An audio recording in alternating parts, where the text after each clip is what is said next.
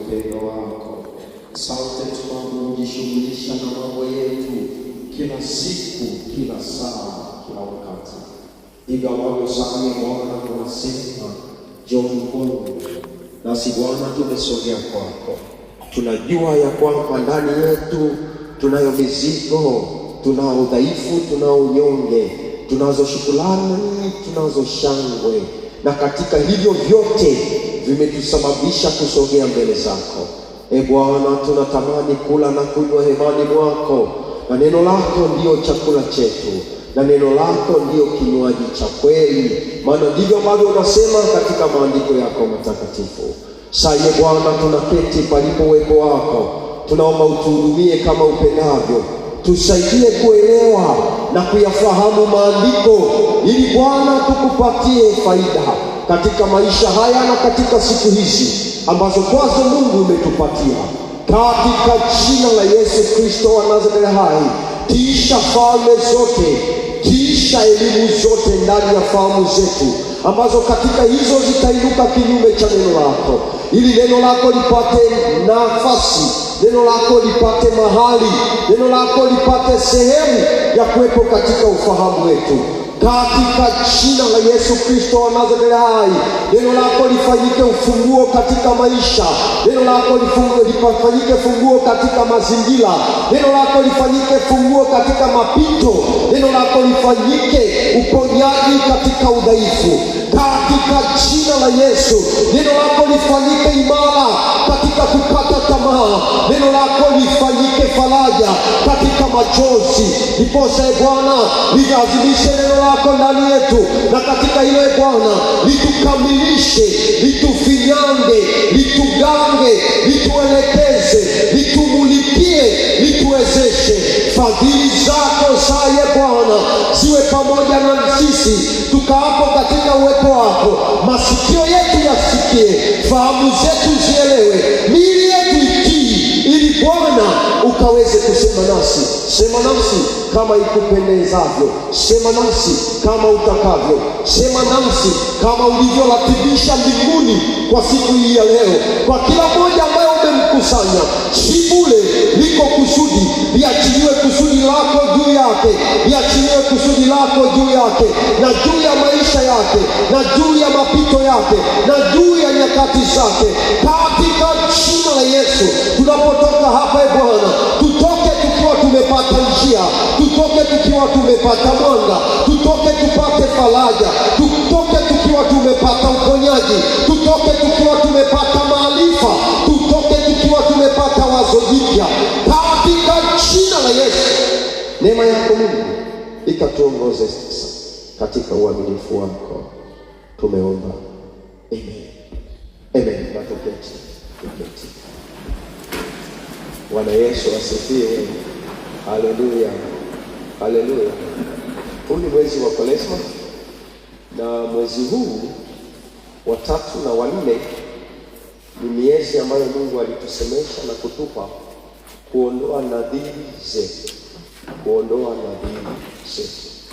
Na kwa nini kuondoa nadhiri zetu? Kwa sababu wakati mwingine nguvu ya Mungu haiwezi kushuka, haiwezi kutenda kazi wakati huyo mtu si mkweli machoni pa Bwana. Kwa nini kuziondoa nadhiri? Kwa sababu uwepo wa Mungu wakati mwingine unadhuiliwa kufanya kazi mahali fulani, au kwa mtu fulani, au kwenye biashara fulani, au kwenye kazi fulani, kulingana na nadhiri mtu huyo amejifunga mbele za Mungu. Sasa ili nguvu ya Mungu na uwepo wa Mungu ufanye kazi, ni lazima na inapaswa na tunawajibika kuondoa nadhiri zetu. Na hapa niseme vizuri kidogo. Wakristo tumekuwa na kawaida ya kupuuza mambo yaliyo madogo. Tunasema, tunafikiri tumesema kama ambavyo tumesema kwa watu.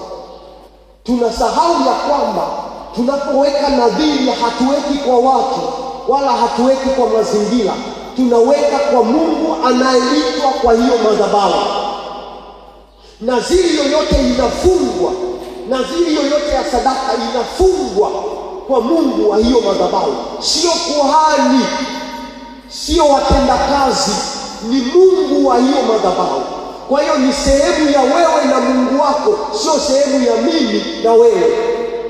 Nadhiri inaniweka mimi pembeni, inamweka Mungu mbele yake. Kwa hiyo isipoondolewa, Mungu anafuatilia. Wakati mwingine wewe unaomba, unaweka mahitaji mbele za Mungu. Mungu, naomba uniponye. Mungu, naomba uniongeze. Mungu, naomba unipiganie. Mungu, naomba uniinue. Wakati wewe ulivyovisema kwake hujavifanya, anawezaje kuvifanya vya kwako? Na unavyovisema ni vikubwa kuliko wewe ulivyovisema kwake. Unavyovihitaji mbele za Mungu ni vikubwa kuliko ulivyovisema. Uliweka nadhiri ya laki wakati unaomba milioni 5. Uliomba nadhiri ya milioni 5 wakati unaweka 50,000. Unashindwaje kuondoa nadhiri ya 50,000 ili Mungu afungue milango, afungue madirisha, avijaze vikapu vyako kwa hizo milioni 5, milioni 10? Halo, basi tukanisamehe kidogo. Kanisamehe kidogo. Leo ulikuwa nisaidie. Andika sasa. Nilianza hivi ni introduction. Namaliza sasa. Kwa hiyo kuna umuhimu wa kuondoa nadhiri. Hapa niwape tu keys chache. Usikwepe nadhiri. Usikwepe. Usitafute sababu ya kujiondoa wakati umeweka. Iondoe. Yaani kuna mtu anatafuta sababu ya kujiondoa kwenye nadhiri. Sisi hatukusanyi sadaka, hatukusanyi fedha, tunakusanya sadaka kama kanisa. Na sadaka ni moyo wa mtu mbele ya madhabahu. Nafundisha huko mbele. Achana na habari ya fedha. Nenda kwenye kushughulika na habari ya sadaka. Na ukishughulika na habari ya sadaka huwezi kuikwepa. Nilikuwa napitia zile karatasi. Nasema, Mungu nisaidie hivi hao nao wachunga. Nisaidie niwaambie ukweli. Na hivi nimefundisha kufuatilia clip, nimefundisha katikati ya wiki iliyopita hichi ninachofundisha. Na watu wakanifuata fundisha ibadani, nikamwambia sijasikia. Si ninawaambia ukweli? Nikamwambia mimi ndani sijasikia. Lakini niliposhika yale makaratasi ndio nikapewa mzigo wa kukirudia hichi kukwambia. Nisikilize kwa makini. Uhusiano uliopo kati ya sadaka na maongezeko ya mtu. Ndio topic inafundisha. Si Kwaresma si matengenezo. Sasa matengenezo yanaleta maongezeko. Matengenezo yoyote yanaleta maongezeko. Matengenezo yoyote yanaleta jambo jipya. Na mimi ninatamani kwenye maisha yako Kwaresma hii upate jambo jipya. So, mada ambayo nitafundisha, uhusiano uliopo kati ya sadaka, na maongezeko binafsi. Uhusiano uliopo kati ya sadaka na maongezeko binafsi. Sadaka ni nini? Sadaka ni moyo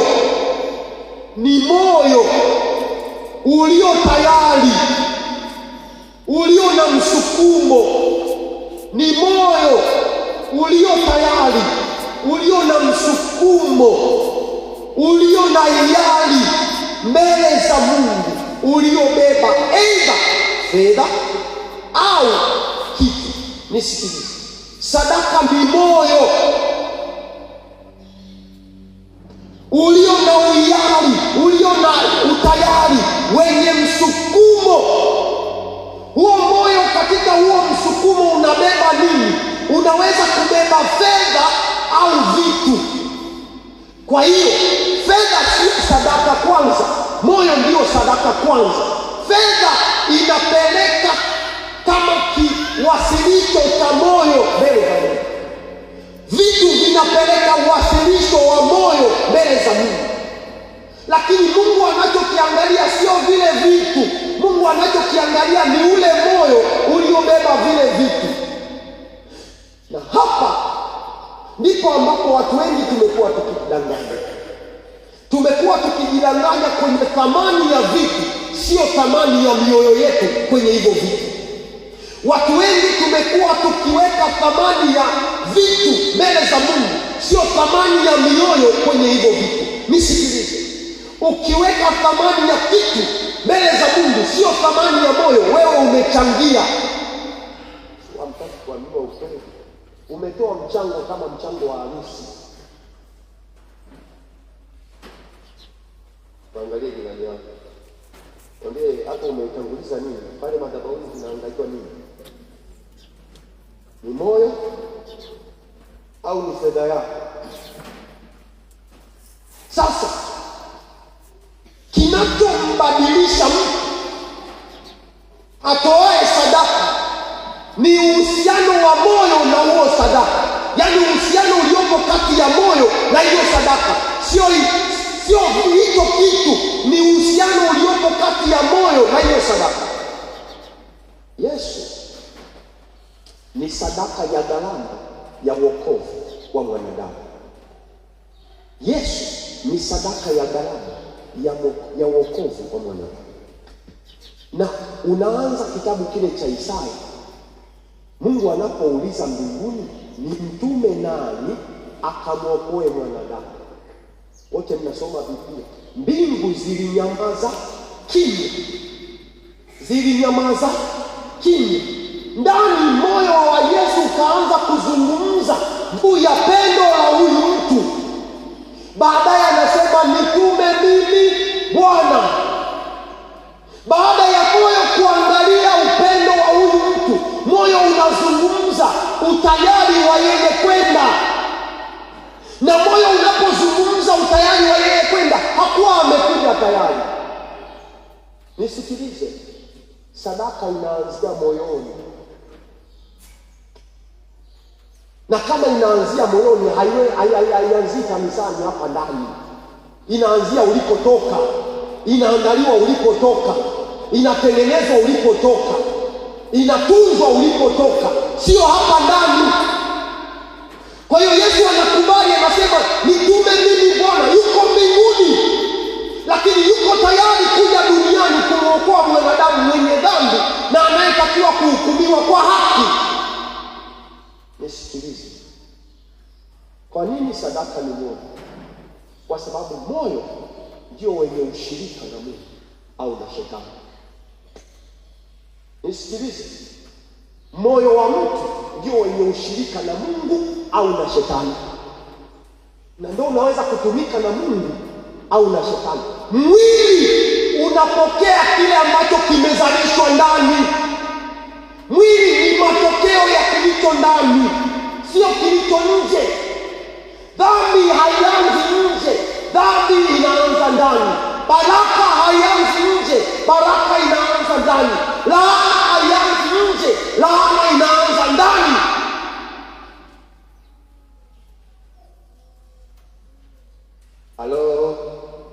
Halo. Sasa wewe unataka kufanikiwa, unataka kuongezeka, unataka kuinuliwa, unataka kubarikiwa, lakini hautoi sadaka, unatoa fedha na vitu.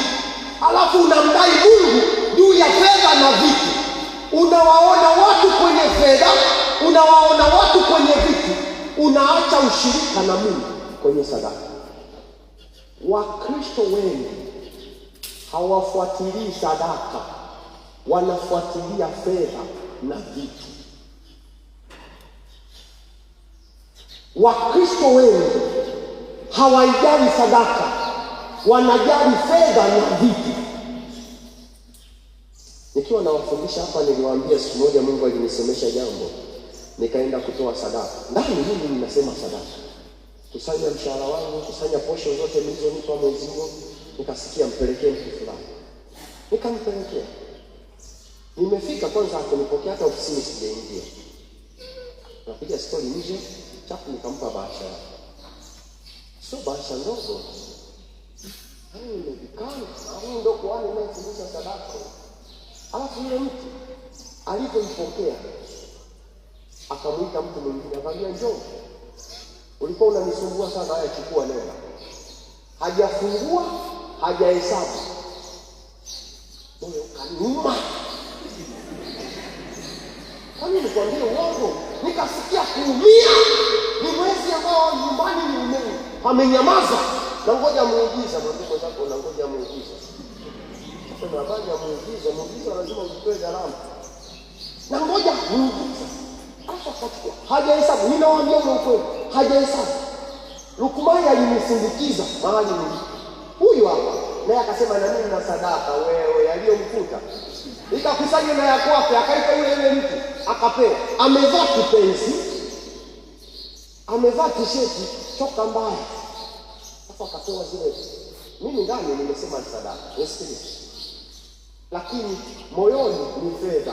Naumia, najua kiwango. Kuna anayepewa anadeserve hichi kiwango. Nikasikia kusononeka ndani, nikasikia kuumia. Yule mheshimiwa ni mchungaji mkongwe, hao wazee na waheshimu sana. Yule ni mchungaji, aliponiangalia akajua ya kwamba huyu mtu anasononeka. Akaniuliza swali hili, mchungaji, umeleta sadaka au umeleta fedha? Ungemjibu nini?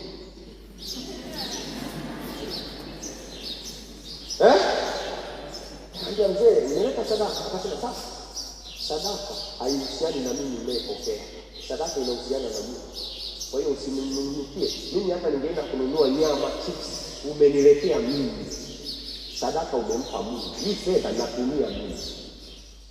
Angalia jirani yako. Mwambie achana na fedha utaumia.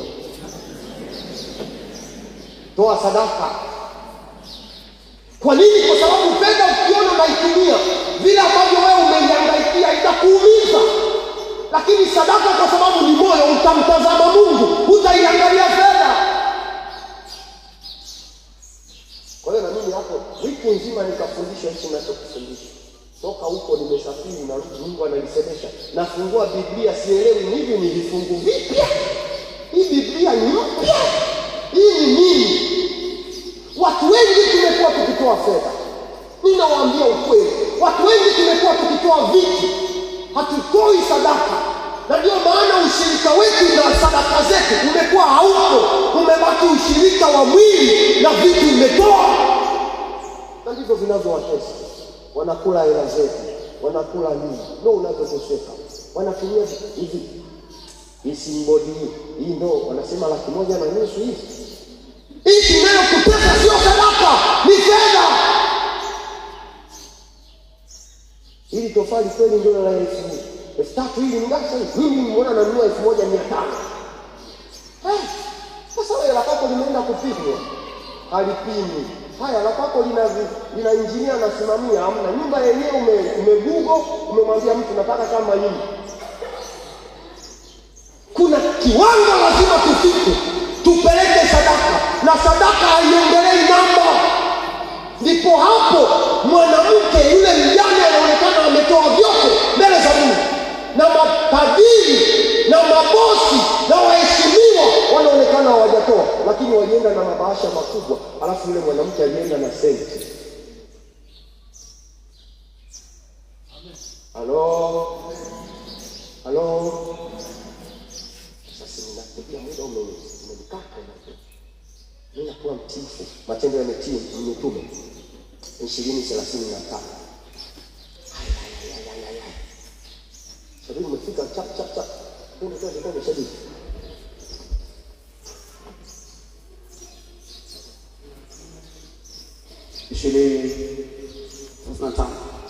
Maandiko yanasema ndio. Katika mambo yote nimeonyesha kuwa kwa kushika kazi hizi nimewapasa kuwasaidia wanyonge na kuyakumbuka maneno ya Bwana Yesu jinsi alivyosema mwenyewe, ni heri kutoa kuliko kupokea. Katika mambo yote nimewaonyesha ya kuwa kwa kushika kazi hizi imewapasa kuwasaidia wanyonge. Mwambie mwenzako la kwanza ni kuwasaidia wanyonge. Lakini la pili ni kushika neno la Kristo alilotueleza. Wewe unatoa hiyo sadaka kwa neno gani la Kristo? Yaani msukumo gani wa neno la Kristo ndani yako umekupelekea wewe kutoa hicho kiwango umetoa kwenye bahasha yako?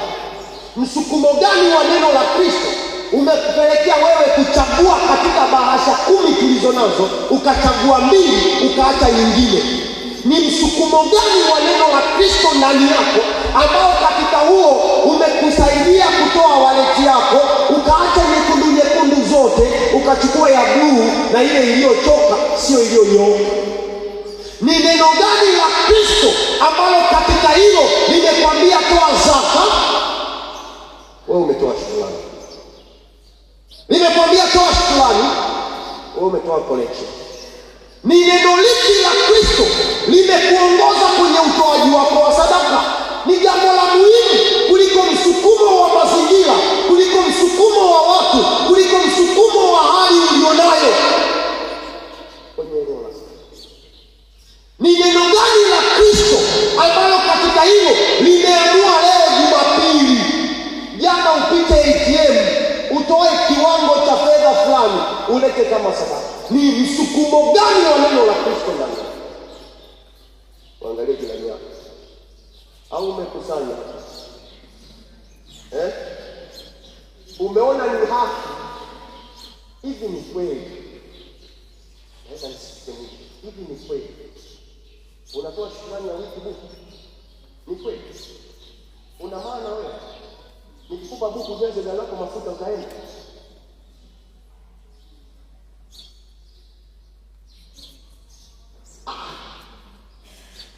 Shukrani ya wiki, umelindwa, umepiganiwa, umezingirwa, umeepushwa, hujafukuzwa kazi, alafu unamwomba Mungu wiki hii safari za mamilioni zile. Nisisema hivi tutakikia. Kabla tupige msasa. Acha mazoea. Watu hawaogopi neno la Kristo, watu wanaogopa neno la mitume na makuhani. Watu hawatii neno la Kristo, watu wanatii neno la mitume na makuhani. Watu wanatii mazingira, hawamtii Kristo. Toa hapa nikiwapiga hapa, nikiomba laki simnanipa.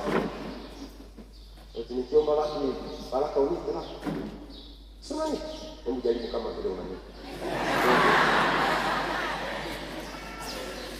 Wewe unanipa. Mbona mnacheka nini? Chakwa. Unaona, inatoka laki hapa chakwa. Sasa hivi kwa sababu ziko nyingi, ngoja nisogee huko nisizione.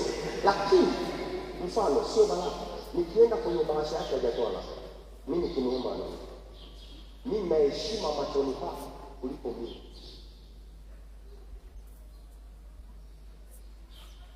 Watu wametulia kimya.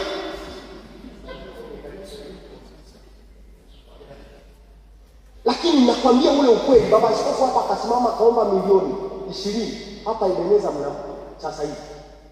Sio kesho, sasa hivi. Lakini hapa tukienda kuhesabu sadaka zote hata milioni 10 hatujafika. Mnatii watu, hamtii. Mnaogopa watu, hamniogopi Mungu. Mnatetemeka mbele za watu, hamtetemeki mbele za Mungu. Ndio maana mnavyotoa havina majibu.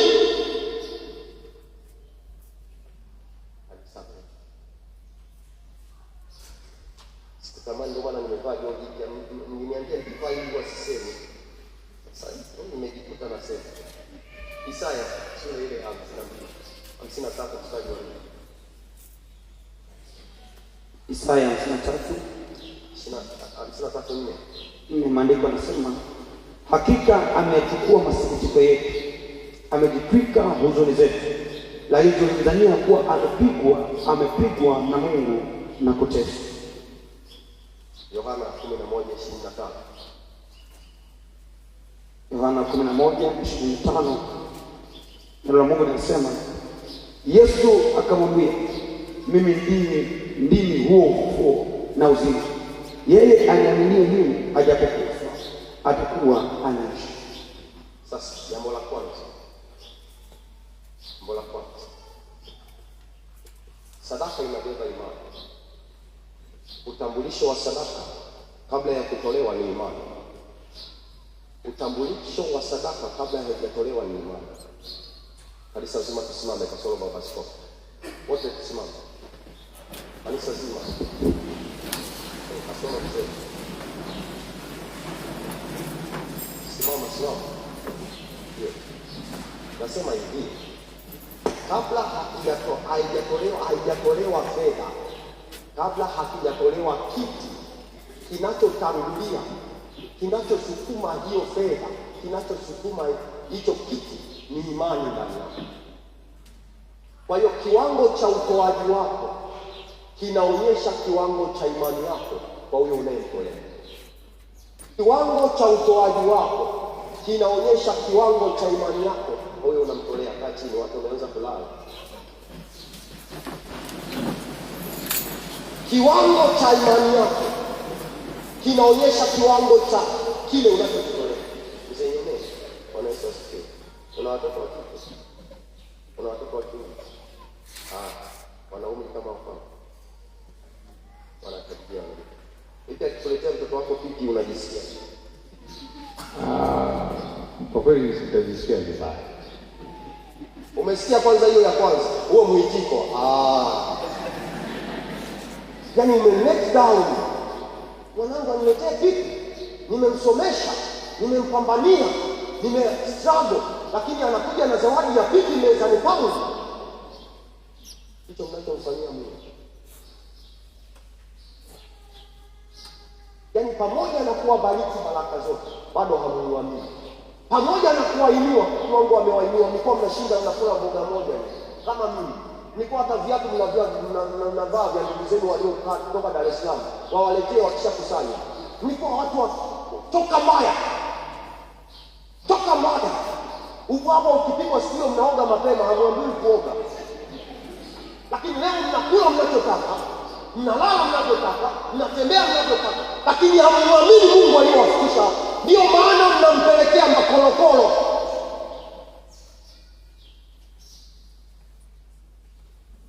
Mpango wa mwaka wa maisha yako ni 1.2 bilioni. Ahadi ya sadaka yako ni $200,000. Nayo haikamiliki mpaka tukuwekee kibahasha. Mpango wa ada ya watoto wako ni more than 10 million. Lakini ahadi yako umejaza kwa Mungu wako kwa mwaka huo ambao wewe unalipa ada haufiki hata milioni. Kiwango cha mtaji ulichonacho na kiwango cha matarajio ya faida havilingani na kiwango cha sadaka yako ya mwaka hata robo. Watu wananiangalia, mimi nishawazoea. Najua siku hizi hadi macho yamekuwa yaogopa. Sasa ninakwambia kiwango sadaka inasukumwa na imani. Ngoja tuone sana. Mjane wa Serepta mfano wa kwanza. Mjane wa Serepta mfano wa kwanza. Ukiandika itakusaidia. Mjane wa Serepta alifikiwa na mtumishi wa Mungu. Alikataa kumtii mtumishi wa Mungu. Ndio maana maelezo yalikuwa marefu. Anamwambia uko hapa unafanya nini? Naokota kuni za nini?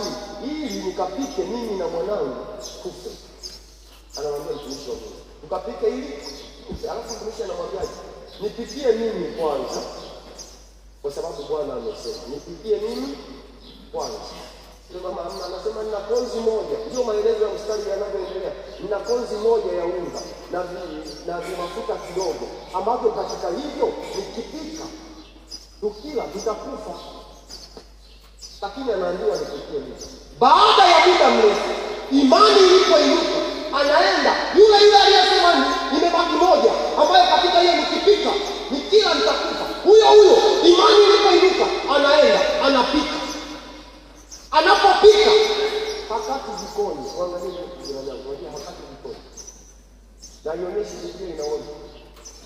Mnaonjaga fungu la 10. Hamta maana, mnaonja fungu la 10. Mnaonja nadhiri. Mnaonja jikoni. Mnaonja ahadi. Mnaonja shukrani. Mnaonja sadaka za kutukuza.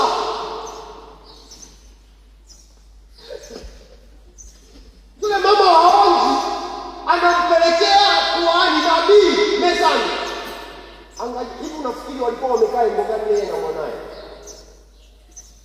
Tufikiri pamoja, Walikaa engo gani wakati mtumishi wa Mungu anakula ile konzi iliyochanganywa iliyotengenezwa? Walikaa engo gani? Unafikiri walienda kwa tumbani wanalia? Walikuwa wanameza namna anavyomeza. Yaani kwa sababu imani inapeleka nini kinatoka mpaka Eli. Jamaa anasema naomba maji ya kunywa, unajua ile ni mkate. Ametoa maji, alafu anawaambia kalete ile chupa ya mafuta. Ama anasema jamaa huyu alikuja na mafuta siyaona. Alete kile chombo cha kukandia. Vinaleta. Vyote vinaanza kujaa. Nasema jaza madumu, azima kwa wengine, lete. Yule mama ndio anakuwa anaanza kuuza mafuta katikati ya kipindi kigumu. Lakini kilichopelekea nini? Ni imani ya kutii. Imani huleta utii. Imani inayoleta utii inaleta matokeo. Imani inayouliza maswali hainaga matokeo. Kwenye utoaji wa sadaka, chunga sana imani yako wakati wa kutoa sadaka. Ukiona imani inakuuliza maswali, kaa nayo vizuri. Imani inayokupa kutii, kimbia fanya, kwa sababu katika hiyo ipo kwenye utajiri wako. Asante sana, ujepiga makofi, nafikiri umenielewa. Nasema hivi, imani yenye maswali kwenye utoaji wa sadaka, kaa nayo vizuri. Imani yenye utii na matokeo. Eneo la pili, mfano wa pili, ni yule mwanamke mjane, alafu ni mfano yote ya wajane. Yesu alikuwa amekaa kama pale. Mimi napenda kama askofu turuhusu siku moja tufanye hivi. Hii ya Yesu nzuri. Makwani tuhame kule, tuje hapa.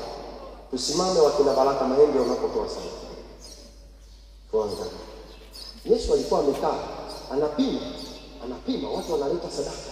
Wanaleta zinazoitwa sadaka, kumbe ni fedha. Wanaleta zinazoitwa vitu, wao ni sadaka, kumbe Mungu anavitafsirisha kama vitu. Alipofika mtu wa kutoa sadaka, direct Yesu alimuona. Yesu, angalia sadaka inavyobeba imani. Direct Yesu anamuona yule. Hivi kwa nini asione wengine wote? Anamuona yule mjane, na kwamba yule ndio ametoa kuliko wengine. Uone sadaka yenye imani iliyokuwa na majibu yasiyo na mahangaiko. Utangojea receive, utareceive moment tu umetoa. Yule mama anaambiwa huyu ametoa kuliko wote. Kwa nini? Kwa sababu sadaka imebeba imani. Ni muhimu kulinda sana hiyo. Situlinde sisi, usilinde pale, lindeni imani. Angalia jirani yako, mwambie unatoa kwa imani. Wafalme wa kwanza sura ile ya 17 mstari wa 8 na wa 18. Taandika, utasoma nyumbani. Wafalme wa kwanza 18. Wafalme wa kwanza 17 8 16. Wafalme wa kwanza 17 8 16. Lakini mfano wa pili niliokupa Marko mtakatifu 12 41 44.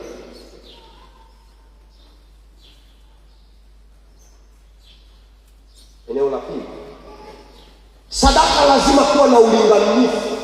Sadaka lazima kuwa na ulinganifu kati ya kile kinachotolewa na ujazo wa moyo. Sadaka lazima kuwa na ulinganifu kati ya kile kinachotolewa na ujazo wa moyo. Hello, ndio vinalingana unavyotoa na ujazo uliopo. Vinalingana mnavyotoa na ujazo wa mioyo yenu. Yaani mioyo yenu imejaza mambo makuu, mambo ya hatari, mambo yenye kutisha, mambo yenye kuogofya. Hadi wengine ukiwashirikisha ndoto zako wanakwambia hazifanikiwi. Hilo alishajaribu kitu fulani hataweza. Kwa hiyo umenyamaza kimya, usimshirikishe mtu ndoto zako, kwa sababu moyo umejaza mambo yaliyo makuu. Lakini unachokutoa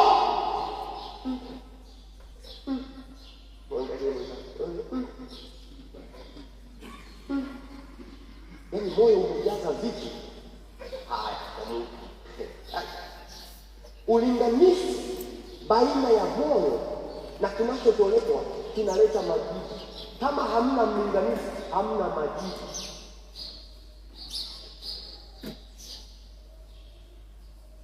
Hamna majibu. Anania na Safira wanaenda mbele za Mungu wakimuomba Mungu juu ya mteja wa kiwanja. This is a good story. Alafu Mungu anasema hicho kiwanja mnataka kwa sababu gani? Wanaambia Bwana, hichi kiwanja tunataka ili tupate mnunuzi, tutoe sadaka. Nisikilize, tutoe sadaka. Kwa hiyo ujazo wa ndani wa moyo wao kwenye kile kiwanja ulikuwa ni ujazo wa kiwango cha sadaka. Mungu ana wivu. Biblia inasema Mungu ni Mungu mwenye wivu. Akasema mimi sichukuagi vitu dhaifu. Akalibana jamaa huko walipolibana. Akalionyesha kiwanja cha Anania na Safira. Jamaa akajaa. Kama vile madalali wanajua nikisema kujaa. Yaani nyumba ya katikati inaambiwa 700,000. Ukija kushtuka mwezi wa kwanza umeshamlipa, ndio unajua kumbe mwenye nyumba anataka 300,000. Yaani imejaa kwenye mfumo. Jamaa akajaa kwenye mfumo wa Mungu. Akatajua bei, hakuuliza swali. Anasema hizi hapa. Akatoa. Anania na Safira wakakana mtu na mkewe. Mwambie mwenzako sadaka ulinganifu wa moyo sio wa mahusiano. Yaani unapotoa sadaka hakuna ulinganifu wa mahusiano, kuna ulinganifu wa moyo. Wanataka mama anasema baba zimekuwa nini? Wamama wajanja, wababa kaeni vizuri. Wamama wajanja kwenye sadaka. Wajanja. Anawaambia mzee, tukate hivi. Alafu akakata. Hapo akamwambia mimi uwanja wangu umevunjika, ngoja kwanza nichonge. Weka nguliaga kanisani, mimi nakuja. Jamaa akasema yes, ngoja niende. Anafika hapa anakutana na mtumishi wa Mungu like this. Mtumishi wa Mungu amekuja, anamngojea. Mama kiwanja mmeuza. Ndio. Mbona mnamdanganya Bwana? Mtu yule kule, kashaondoka. Ndio kuanza kuzika bila ibada ilianza hapo. Kwa historia ya akili yangu na teolojia yangu. Anania akabebwa na vijana wa kanisa. Wale anangojea Safira. Hakwenda. Yule hakuna alikuwa bila kuingia hivi. Wala bila kuwa na historia ya familia, wala uwiano wa familia. Kanisa lilizika. Mzee, uone nguvu ya kanisa mama. Ukidondoka hapa inaweza nisiingize familia nikasema ukipigeni hapa. Familia kile mimi nitawaonyesha nilizika pale. Hiyo chini ameenda. Mama anaingia anasema unaona hao vijana hata hawajakunuka miguu. Nini? Iko wapi ile nusu mmekuja nayo? Unaona hii ni nini? Kumbe sadaka isipotolewa katika ulinganifu inaruhusu mauti kuingia. Usikilize. Kumbe sadaka isipotolewa katika ulinganifu wa moyo na kinachotolewa unaruhusu mauti kuingia. Unaruhusu roho ya uharibifu, inaruhusu mnyauko, inaruhusu roho ya ukame. Kwa hiyo kuna watu mmejinyausha wenyewe, kuna watu mmeua biashara zenu wenyewe, kuna watu mmeua nafasi zenu wenyewe, kuna watu mmeua promotion zenu wenyewe. Kwa nini? Kwa sababu mmetoa visivyo na ulinganifu wa mioyo yenu mbele za Mungu. Roho ya mauti. Hivi wale jamaa walifufuka? Hata mimi sijasoma. Walifufuka? Walifufuliwa? Walitumia walivyoviacha? Wamekata, wameacha nyumbani, wameishia kufa, wameachia mayanki madogo, watesi. Ndio wanaingia. Na hivi inaonekana watu wameziweka eneo nzuri. Wa kwanza aliyefika alivyoziona. Biblia haisemi. Lakini mimi namwangalia na mtafakari nini kilitokea. Sasa kama lambilambi tu za wafua zinakatwa na 100%. Sembuse hiyo. Yaani kama lambilambi za wafua zinakatwa 1%, sembuse hiyo. Matendo ya Mitume 5:10, 1:15, 1:5, Matendo ya Mitume 5:11, 1:5. Kuna kitu hapa kwenye hili eneo la pili lazima uwe mwangalifu. Shetani anaposhughulika na mtu kwenye utoaji wa sadaka, hashughuliki na vitu wala hali ya moyo, anashughulika na moyo wako. Kwa hiyo chunga sana moyo unapoenda kutoa sadaka. Usichunge sana vitu, chunga sana moyo, kwa sababu ndipo shetani anaposhughulika nayo. Bwana Yesu asifiwe. Bwana Yesu asifiwe. Tatu, usitoe mbele za Mungu visivyo vya thamani mbele zako. Hapa sasa nataka nitangaze, ila sasa kati nafundisha hili somo. Nikashika kidogo. Usitoe mbele za Mungu visivyo vya thamani machoni pako. Kwa nini? Kwa sababu Mungu ni wa kiwango, na kwa sababu sadaka ina imani, inabeba kile kiwango cha imani cha kwako mbele za Mungu. Kwa hiyo usitoe vitu zaidi mbele. Ndio maana ukisoma Agano la Kale, maelekezo ya sadaka ilikuwa utoi mnyama mlemavu, utoi mnyama mdhaifu, utoi mnyama mgonjwa. Ni maelekezo ya namna ya kuselekti sadaka ili ilete majibu. Utoi vilivyochoka. Sasa usitoe vile ambavyo kwako vimeondoka thamani, ukampa Mungu alivyo thamani. Ni uongo, unajidanganya. Mmoja akanipigia akasema, "Ngaje? Bwana, nimepokea taarifa moja mbili tatu." Nikamwambia, akasema, "Sasa mimi na moja mbili tatu." Nikamwambia, "Hicho kitu story, achana nacho. Kwa level yako unajiletea ukame kwenye hiyo familia. Kanunue peleka kitu." Akanishangaa sana. Hapo mimi nilisema ni simple way. Nikamwambia, "Hakuna, kanunue peleka kitu." Atakaa siku ya kwanza, siku ya pili, siku ya tatu akanipigia tena. Akasema, "Hivi ulisemaje?" Nikamwambia, "Kama nilivyosema hivi. Kanunue kitu ya peleka." Kwa sababu wewe Mungu amekupa, sio ya hivyo. Unatakiwa utoe vya thamani. Achana na. Tukapeana muda. Yeye akapotea na mimi nikapotea na maisha yangu. Siku tumekutana, akawa ametoa vikuu. Mwambie mwenzako hivi. Ametoa vikuu. Kesi ya kwanza ilikuwa inakula bili ya kile kitu ambacho alikuwa anatakiwa kutoa. Hicho kitu. Yaani tukio la kwanza linatokea. Malipo yake, gharama yake ni kile kitu ambacho angenunua kwa hiyo sababu.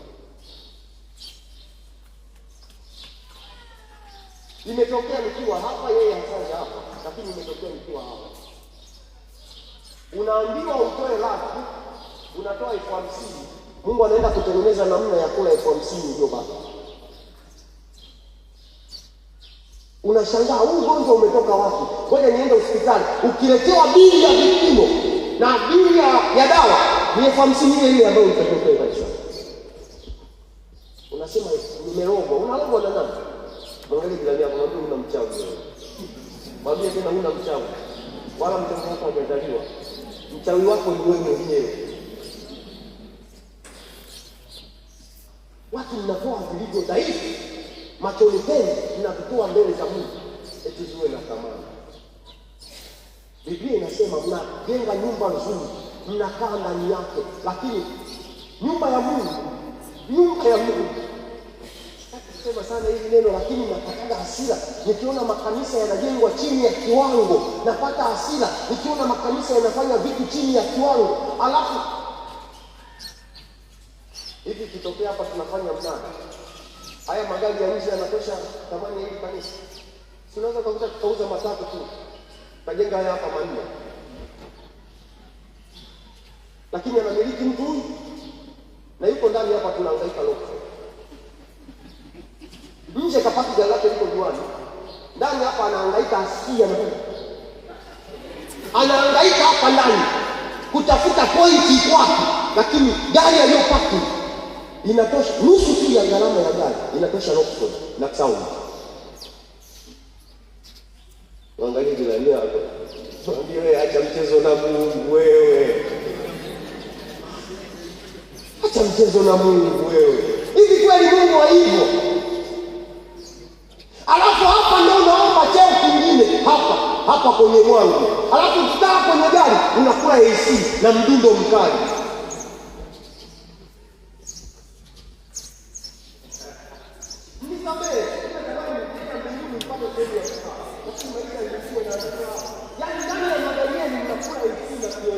Mziki mkali, saundi nzuri, haisumbui masikio. Kwenye ibada na nyumba ya Mungu, saundi mpaka hapa ninaweza kuwa natembea na kifaa, kwa sababu sasa inataka kuwa ni mbaya.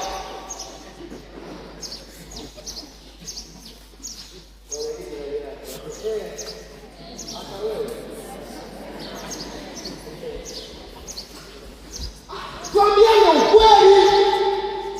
Alafu ukisema Rockford nachangia milioni, nataka tukupigie makofi mengi.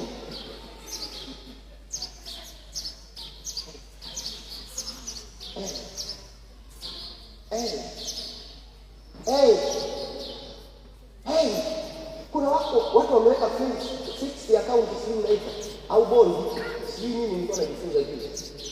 Hapo hawana hata assurance ya maisha, wanakufa.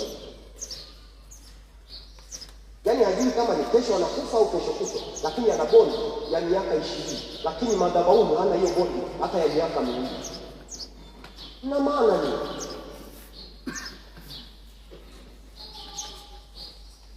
tuambiane ukweli.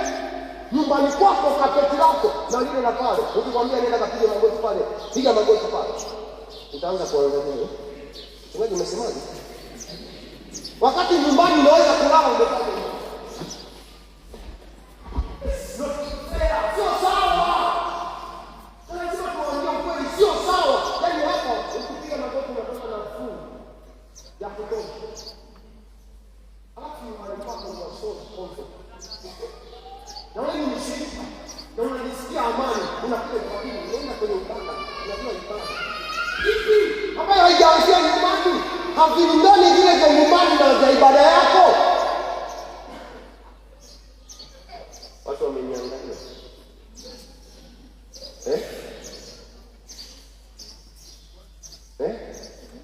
Usitoe visivyo na thamani machoni pako, machoni pa Mungu. Acha hiyo kitu. Acha hiyo kitu na kuona popote unapoenda. Acha hiyo kitu. Kama unataka utendewe kwa ukarimu, tenda kwa ukarimu.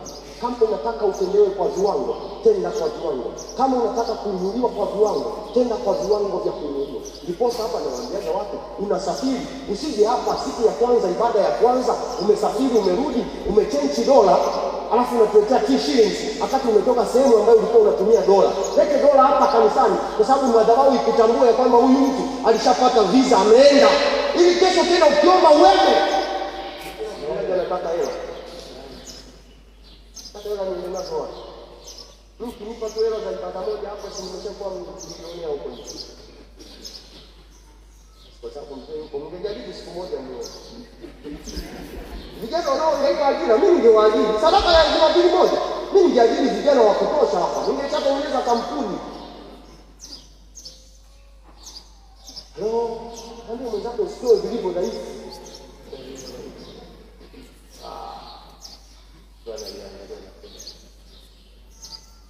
Hamna kitu tunakutana na mjanja. Nikwambia mimi ni wazi wangu. Tumesema mambo yetu madhaifu sasa. Mwanzoni alikuwa anielewe bila siku hizi na kamati yake wote wanaelewa. Sitaki mimi mchungaji wa hivi sitaki. Kesho kanisa lidondokee watu alafu nitakuwa nimejificha watu. Ndio sasa wewe. Uko tayari kutoa sadaka? Si ndio umeshajifunza? Ile achana na ile uliotoa achana nayo. Sasa hivi ndio tunatoa sadaka. Praise, tunasimama tunaimba tutoe sadaka. Watu wote wananiangalia mimi. Samueli wa pili 24 ukaenda kusoma nyumbani. Naomba nimalize, muda umeisha. Yeremia 15:19-21. Yeremia 15:19-21, maandiko yanasema, kwa sababu hiyo Bwana anasema hivi, ukirudi ndipo mimi nitakapokurejeza upate kusimama mbele zangu. Nawe ukitoa kitu cha thamani katika kilicho kibovu, utakuwa kama kinywa changu. Nao watakurudia wewe, bali hutawarudia wao. Nami nitakufanya kuwa kama ukuta wa boma la shaba juu ya watu hao. Nao watapigana nao, lakini hawatakushinda, maana mimi niko pamoja nao, ili nikuokoe na kukuponya, asema Bwana. Nami nitakuokoa na mkono wa watu wabaya, nami nitakukomboa katika mkono wao wenye kutisha. Kwa sababu hiyo Bwana asema hivi, ukirudi, unaweza rudi kwenye kutoa sadaka, ondoka kwenye kuchangia. Rudi, anasema ukirudi nitakulegeza, nitakurudisha. Kuna watu mmetoka kwenye kiwango ambacho Mungu amewakusudia, anataka mrudi ili awarudishe kwenye kiwango. Kuna watu wameondoka kwenye nafasi ambayo Mungu amewakusudia, alafu pale 21 ndio mstari maliza.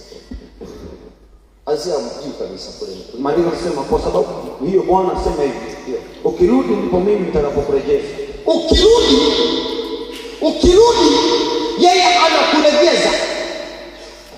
muda wa kufundisha. Lakini unaposema kulegeza, yani Mungu anakupa vyote vinavyokustahili na vinavyokupasa kulingana na nafasi yako ya kimungu duniani. Anasema ukirudi ninakulegeza.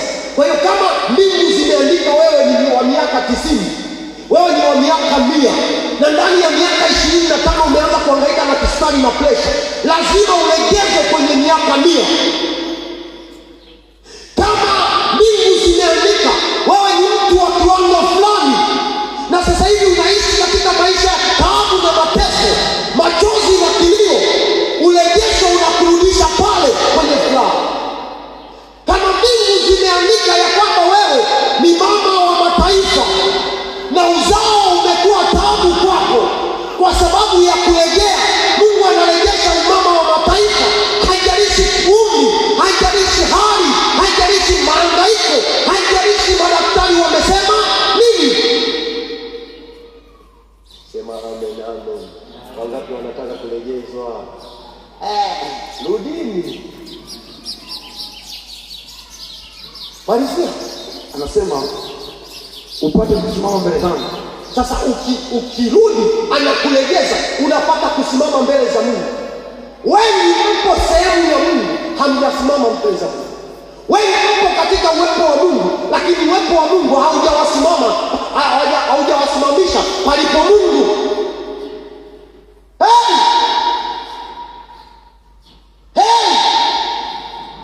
Wenzenu wana shuhuda za kuponywa, wewe unahangaika na kidonda. Wenzako wana ushuhuda wa kansa, wewe unahangaika na pressure. Wenzako wana ushuhuda wa kuinuliwa vyeo, wewe unahangaika na kufukuzwa. Wenzako wana ushuhuda wa kuzaa watoto, wewe una ushuhuda wa kuhangaika kupata watoto. Wenzako wana ushuhuda wa kupata nafasi na promotion na favor, wewe unahangaika. Hata tu haki yako unaipata kwa machozi. Haki yako unaipata kwa machozi. Unafanya kazi kwa juhudi asubuhi, mchana na usiku, lakini unachokipata hakilingani na unachokipata. Anasema unapata uhalali wa kusimama mbele za Mungu. Nawe ukitoa kilicho cha thamani katika kibovu. Haya. Jumapili tunamwaga mchungaji. Lakini ningetamani watu wafanye, watoe vya thamani, waache kutoa vibovu, viondolewe na vya thamani wanatoa. Tunahitaji kumalizia leo kuna sound. Hiyo ndio sadaka itatupima kwa hivyo viwango. Tuinue vilivyo vya thamani katika vibovu vilivyowahi kuinua. Hata nasema mtuani unasemaje huu mwezi wa 4 wataka ndio huu wa kutoboa. Ukame wa yule mwanamke na mtoto wake ndio ulileta kisima cha mafuta nyumbani. Ukame, katikati ya ukame ndipo Mungu anapotamka maji. Kwenye maji Mungu atamki maji. Malizia tena. Asema watakuwa kama kinywa changu, nao watakurudia wewe, bali hutawarudia wao. Wewe hutafuata watu, unadai madeni, unahangaika, hela ya kwako unahangaika, haki ya kwako unahangaika. Watakutafuta, simu zitakuja, kwa sababu babao imetambua. Watu watakuuliza, ulishawahi kuomba kazi hapa? Unaombaga, yaani umepeleka CV mpaka umesahau ulishapita ofisi ngapi. Sasa ili wakukumbuke, ni lazima Mungu awakumbushe. Na Mungu anawakumbushaje? Wakati wewe umeleta mzaa machoni pake, ni wewe kuinua vilivyo vya thamani mbele yake. Kuna watu wanaomba kupiganiwa vita, ukisoma 21 itakusaidia. Anasema hivi, nitawagonga, nitakuzuilia. Kuna watu mnaeti mnatuma ulete, unatoka wapi tuma ulete? Unawasaje Ebeneza hapa? Hapa unatuma ulete, inatoka wapi? Kuna mazuri. Mungu anasema atakujengea ukuta. Atakujengea ukuta. Kwa hiyo akufikie lazima ubomoke. Na utabomoka Mungu akiwa amelala. Sifa moja wapo ya Mungu, halali wala asinzii, hachoki. Nani anabomoa ukuta wako wa uchumi? Nani anabomoa ukuta wako wa afya? Unajibomolea mwenyewe, usimame.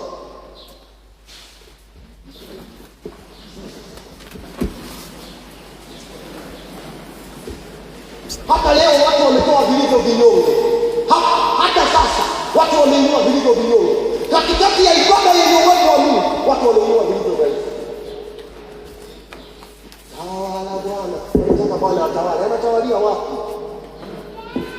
Anasema atakujengea boma, maana yake utawala wake utakuwa ndani ya hiyo boma. Mipaka yako italindwa na yeye. Unahangaika kulinda mipaka yako, unatengeneza security kazini, unatengeneza security kwenye biashara. Security ya kweli ni ya Mungu mwenyewe. Huwezi wewe ukilala wenzako wanaamka, wewe ukisinzia wenzako wanapiga arudi nyuma, watu wanakurudisha reverse. Unahangaika kunyanyua miguu, wenzako wameshika, wamefunga, sema haendi. Unafikiri mambo rahisi? Nani aliyekwambia mambo rahisi? Ufalme wa Mungu utatekwa na wenye nguvu. Inahitajika nguvu kuteka ufalme. Ili ufalme wa Mungu ushuke, inahitajika nguvu ya huyo anayetaka kushusha ufalme wa Mungu.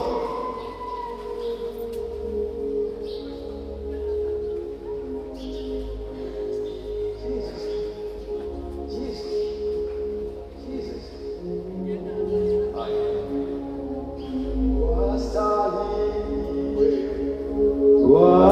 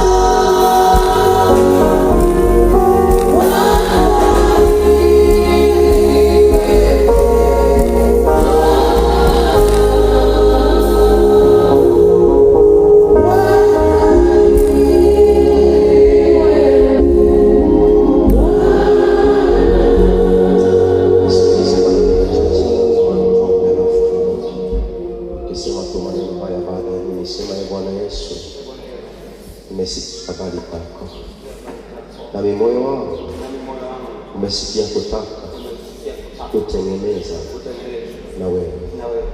Umesema ya kwamba nikija mbele zako huwezi kunikataa.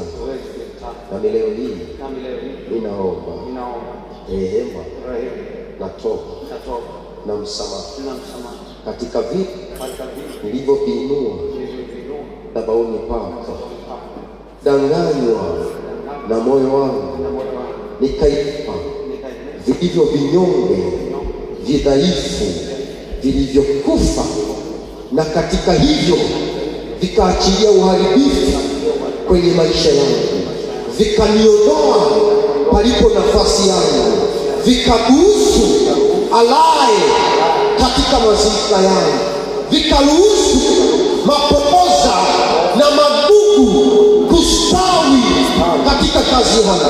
Leo hii